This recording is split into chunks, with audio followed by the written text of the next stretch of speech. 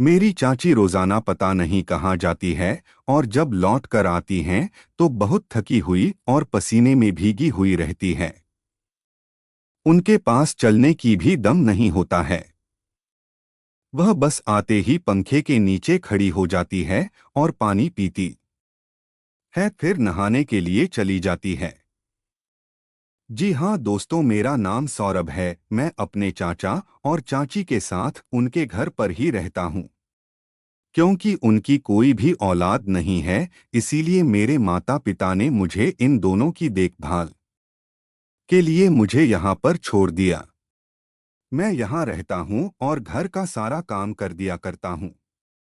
चाचा सुबह ऑफिस चले जाते हैं और घर का जितना भी काम होता है, सामान लाना, सब्जी लाना, वह सब काम मैं कर देता हूँ, जिससे चाचा चाची को बड़ा आराम होता है। मेरे चाचा और चाची की शादी के 10 साल हो गए हैं, लेकिन फिर भी उनके कोई बच्चा नहीं हुआ, इसीलिए चाचा रोज रात को चाची को बहुत बुरा भला कहते हैं और उनके ऊपर चिल्लाते हैं। मेरी चाची यह सुनकर बहुत रोती है। हर रात को दोनों के बीच बहुत लड़ाई झगड़ा होता है। मुझे अपनी चाची के ऊपर बहुत तरस आता है। मैं उनके लिए कुछ भी नहीं कर पाता हूँ।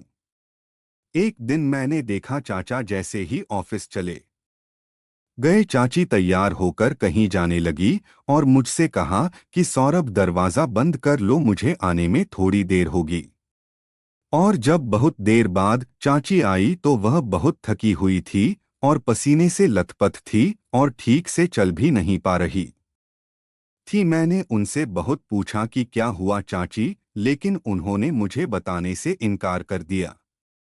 वह अपने कमरे में चली गई। एक दिन होता तो ठीक था, लेकिन यह कहानी तो हर दिन की हो गई थी। चाचा के जाते ही चाची चली जाती थी। मैंने उनका पीछा करने की कोशिश की तो मैंने देखा कि वह एक बड़ी सी हवेली में जाती थी। फिर मेरी हिम्मत नहीं हुई अंदर जाने की। मैं बाहर से ही देखकर वापस घर की तरफ भाग गया। ऐसा कई दिनों तक चलता रहा। मुझे बहुत गुस्सा आ रहा था और दिल में एक वो भी था कि आखिर वह उस बंगले में जाकर क्या करती हैं जो इतना थक जाती है।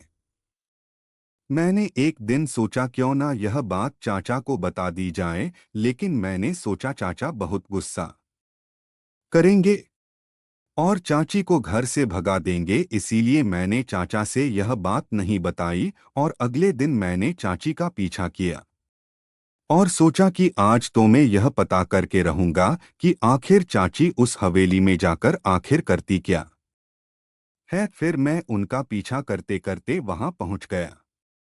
वह अंदर गई और अंदर से दरवाजा बंद कर लिया। फिर मैं उस हवेली के पीछे गया और वहां पर खिड़की से अंदर देखा तो मेरे होश उड़ गए।